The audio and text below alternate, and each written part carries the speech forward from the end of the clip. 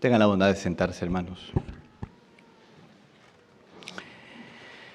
El domingo pasado, hermanos, nos encontrábamos allá en Cesarea de Filipo, en esa región más al norte de la Palestina del tiempo de Jesús. Y Jesús les hacía una pregunta a los discípulos. ¿Quién dice la gente que soy yo? Y encontramos varias respuestas. Luego, Él les preguntó directamente a los suyos, a los que habían compartido la vida con Él durante algún tiempo. ¿Quién dicen ustedes que soy yo? Esa era la pregunta de fondo. Y recordamos a ese Pedro primario, a ese Pedro siempre impulsivo, que no por propia deducción, no por una intuición del pensamiento, sino por revelación divina, exclamó y afirmó, hizo una confesión perfecta y plena de fe: tú eres el Mesías, tú eres el Hijo de Dios vivo. Y esto, claro, mereció la alabanza del Señor. Recordamos, dichoso tú, Pedro, porque esto no te lo ha revelado ni la carne ni la sangre, sino mi Padre que está en los cielos. Bueno, esta confesión perfecta, maravillosa, efectivamente era real. Por eso Jesús alaba lo que dice Pedro, porque Jesús es el Mesías. Pero claro, luego de esto le corresponde a Jesús hacerles entender a los discípulos qué tipo de Mesías es Él. Porque era propio del tiempo de Jesús aguardar el Mesías. De hecho, hoy los judíos todavía lo aguardan. Pero, ¿cuál era el imaginario religioso? ¿Qué era lo que la gente pensaba y esperaba de aquel Mesías? Pues lo típico, lo ordinario, es que un pueblo que había sido por muchos siglos atormentado por los diversos imperios. Estuvo el imperio babilónico, luego el imperio sirio, luego el imperio persa, luego el imperio griego y ahora el imperio romano. Un pueblo que no había sido libre. Un pueblo que siempre había estado subordinado. Un pueblo que tenía que pagar impuestos. Un pueblo que no podía vivir plenamente su fe. Un pueblo que no podía constituirse legítimamente bajo su ley. Todo esto agobiaba el corazón de los judíos. ¿Qué era lo que aguardaban? Pues naturalmente alguien que pudiera liberarles de todo esto. Había una concepción política, militar si quieren, del Mesías. Por eso grupos subversivos como los celotes, del cual dicen que brotó también Judas Iscariote. Y también otro de los discípulos, Simón, el celote. Bueno, estos grupos que esperaban que viniera el Mesías y bajo las armas y con la fuerza de la muchedumbre pudieran romper y acabar con todo el imperio y pudieran tener una legítima paz. El gran anhelo era volverse a contemplar como el pueblo de Israel en el tiempo de David. Por eso David es el gran referente y ustedes lo encontrarán su estrella todavía en la bandera israelita. Ese es su signo. Aguardaban y aguardan a los judíos a este rey, a este Mesías que pudiera liberarles de toda opresión, que pueda consolidarles como pueblo y que pueda darles unidad. Pues el Jesús sabía que esto estaba en el sentir de la gente. Por eso a muchos les decía, no se lo digan a nadie. Tú eres el Mesías, no se lo digas a nadie. Porque la gente pensaba en este tipo de Mesías. ¿Cuál es el Mesías que Jesús quiere trasladar como idea y como verdad a los discípulos? Jesús no ha venido a liberarles de una atadura terrena, sino ha venido a salvarnos de la gran esclavitud del pecado y de la muerte. Y para ello no ha escogido el camino de la política, no ha escogido el camino de las armas, ha escogido el camino del amor. Este es el anuncio que hoy hace, el primero de 3. Dice, yo voy a Jerusalén, en Jerusalén voy a padecer, voy a morir y luego voy a resucitar. Este es el camino que ha escogido Jesús. Pero frente al anuncio, ¿qué ha pasado? El mismo Pedro, que hace un momento había confesado su fe en él, ahora le reprende a Jesús. Miren, qué atrevido se vuelve Pedro. No te puede pasar esto a ti. ¿Cómo crees? Tú eres el Mesías y ahora resulta que te vas a morir y nos vas a dejar. Esto no te puede suceder. ¿Eh? Qué curiosa la actitud de Pedro, hermanos, pero es la misma actitud que podemos tener nosotros. Que confesamos la fe en Jesús. Porque nosotros como Pedro, como lo veíamos el domingo pasado, decimos, creemos que Jesús es nuestro Dios y creemos que Jesús es nuestro Salvador. Si no, no estuviéramos aquí. Pero una cosa es profesar la fe, hermanos, y otra muy distinta es confiarnos plenamente en Él. Pedro profesó la fe en Jesús, pero no confió en el camino de Jesús. No le dio valor a la lógica de Jesús. No quiso entender el pensamiento de Jesús y sus razones. No, quería su propio camino. Y digo esto, hermanos, porque muchas veces a nosotros nos pasa que decimos creemos en Dios, pero creemos en este Dios que queremos que actúe a nuestra manera, bajo nuestros parámetros. Creemos en Jesús, pero queremos que nos salve de nuestras circunstancias difíciles. Hoy hay una lógica muy terrible, hermanos, y un camino por el que muchos van, que, por ejemplo, esta teología de la prosperidad. ¿Han escuchado ustedes esto? En las iglesias evangélicas es su bandera. ¿Por qué? Porque dice, es que Dios no quiere que tú sufras, Dios quiere que tú seas próspero. Dios quiere que la pases muy bien. Dios quiere verte con esa felicidad que más bien tiene características del mundo. Y hoy decía San Pablo, cuidado con que nosotros nos dejemos lavar la cabeza con las lógicas del mundo, ¿no? O como le dice Jesús a Pedro, tú no piensas como Dios, sino piensas como el mundo. Entonces queremos que Dios nos ayude a estar en paz. Queremos vivir felices, sin ningún problema.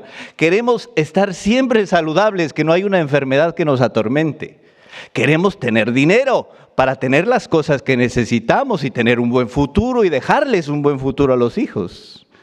Esta es la lógica que no se dice en el Evangelio, hermanos, que no está presente en ninguna página de los Evangelios ni en los dichos de Jesús, en ninguna parte. Lo que Jesús ha dicho, todo lo contrario, es que hay que renunciar a uno mismo, hay que cargar la cruz para poder seguirle. Esta es la lógica, porque esta es la lógica del amor. Entonces, la primera cosa, hermanos, que deberíamos nosotros meditar, preguntarnos, es si nosotros que decimos que profesamos nuestra fe en Jesús, realmente confiamos en Él. ¿Somos capaces de discernir la voluntad de Dios aún en medio de los escenarios más oscuros y difíciles? Esos que para nosotros no deberían existir y ponen hasta en tela de duda el juicio de Dios, el pensamiento de Dios, la lógica de Dios, lo que Dios quiere para nosotros, su voluntad. ¿O realmente nosotros nos ponemos en sus manos y nos confiamos en lo que Él quiere? La lógica de Dios, hermanos, la necedad de Dios, dice San Pablo, es mucho mayor en sabiduría que la mayor inteligencia humana. La necedad de Dios, una forma de decir San Pablo. Es decir, que siempre el pensamiento de Dios nos sobrepasa. La voluntad de Dios nos supera, porque la voluntad de Dios siempre va a querer el bien de los que le aman.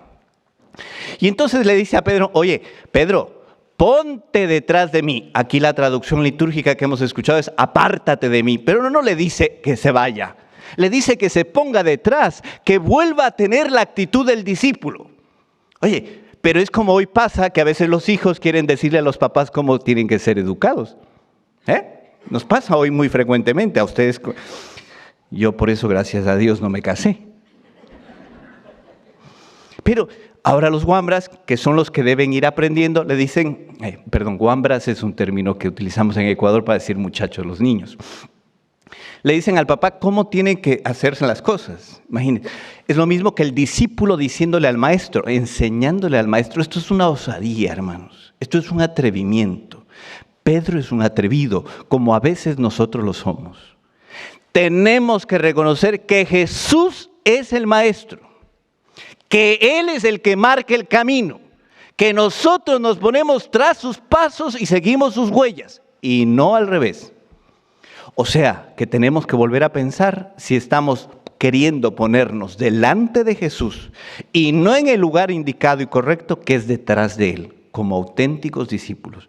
A Pedro al gran Pedro le dijo: vuelve a ser discípulo. No tomes la actitud de Satanás, que es el adversario de Dios, el que se opone a Dios, sino que entra en la lógica del verdadero Dios. Y luego les instruye a todos, hermanos, como hoy a nosotros, acerca de estas condiciones para seguir a Jesús. Si alguno quiere venir, ninguno de nosotros está obligado a venir. Bueno, tal vez a uno que otro que la mamá le dice: nos vamos a la misa. Bueno, ya, y no quieren venir a misa y tienen que venir obligados. Pero ninguno de nosotros está obligado. Si alguien quiere venir, es decir, es el ejercicio de la libertad nuestra, hermano. Seguirle a Jesús tiene que ser el ejercicio de nuestra libertad. Debemos querer seguirle. Pero si queremos seguirle, pues ¿qué nos corresponde? Entrar en la lógica de Jesús. Y la lógica de Jesús es la lógica del amor, que significa negarse a uno mismo. Como la mamá, hermanos, la auténtica mamá. Bueno, hoy tenemos mamás un poco fuera de atípicas, digamos, ¿no? Pero la auténtica mamá es la que es capaz de dejar de existir porque tiene una razón para vivir, que es su hijo. Es capaz, como decimos en Latinoamérica, de sacarse el bocado de la boca para que el hijo coma, ¿verdad? Este es el negarse, no es anularse. Dios no quiere una persona despreciable de sí mismo que se atormente y diga: soy una basura. Esto no es negarse. Significa, en virtud del amor, ser capaz de renunciar a uno mismo. Decía un filósofo: el que ama deja de existir. Y deja de existir porque deja de ser el centro de su propia atención. Deja de imponer sus propios criterios. No es al que tienen que darle la razón, sino que es el que es capaz de abrirse, que es capaz de renunciar a una postura en virtud del otro. Este es el negarse. En la lógica cristiana, hermanos, es dejar de pensar que Dios tiene que hacer las cosas como a mí se me antojan, como yo quisiera, como creo yo que deberían ser, y ponerle al Señor de frente, en el centro, para que yo pueda seguirle. Tomar la cruz. Que tomar la cruz no es un ejercicio de simple aceptación, resignación, diríamos, de los sufrimientos. Todos tenemos lo que nosotros hemos llamado cruces. Para alguna persona puede llamarse el marido, la cruz, o la mujer. Es decir, puede ser la cruz de su vida, y así le llaman. Esta es mi cruz, le dicen. Pero no se trata de aquello que me causa sufrimiento. La cruz, hermanos, es el pleno ejercicio salvador del amor. Por eso Cristo murió en la cruz, porque el amor salva. Y cuando yo opto por el amor, hermanos, a diferencia de la lógica de hoy, que yo digo amar, pero por lo que el otro me hace sentir, es curiosísimo. Estoy enamorada de esta persona, pero es porque lo que esa persona me hace sentir a mí. ¿Cuándo perdió el sentido el amor, ese carácter salvador, liberador, que tiene puesta la mirada en el otro? ¿Cuándo, hermanos? El que ama tiene que estar dispuesto a salvarle al otro. El otro se vuelve la razón de la existencia de uno. Qué bonito esto entenderlo incluso en el nivel de la pareja, de los esposos. Porque a veces la gente se casa porque se sienten lindos, se sienten felices. Pero a veces no se comprende que una persona se casa con la otra para salvarle a la otra persona. Para dar su vida por la otra persona. Para que la otra persona viva. Esto es tomar la cruz, hermanos. No es aguantarse todos los sufrimientos y las desgracias de la vida con resignación, como si realmente Dios quisiera eso para nosotros. Es que optemos libremente por el camino del amor. Entonces, hermanos, ganaremos la vida. Este es el instinto espiritual básico.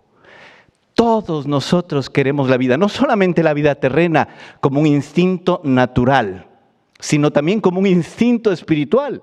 Queremos la vida y Dios nos la ofrece cuando escogemos el camino del amor. Esta es la lógica de Dios, hermanos. Y tenemos que pedirle al Señor, a este Dios en el que decimos creer, que se vuelva el Dios en el que nos ponemos o podemos confiar, en el que nos ponemos en su lógica, entramos en su forma de pensar, en su voluntad, en su querer. Hermanos, pidámosle al Señor esta gracia hoy. Pidámosle al Señor que nos ayude a ser auténticos discípulos. Que le digamos hoy de corazón, tú me llamas, Señor, yo quiero seguirte, pero quiero seguirte auténticamente, no desde mi lógica, sino detrás de ti, como auténtico discípulo para hacer tu voluntad. Que así sea.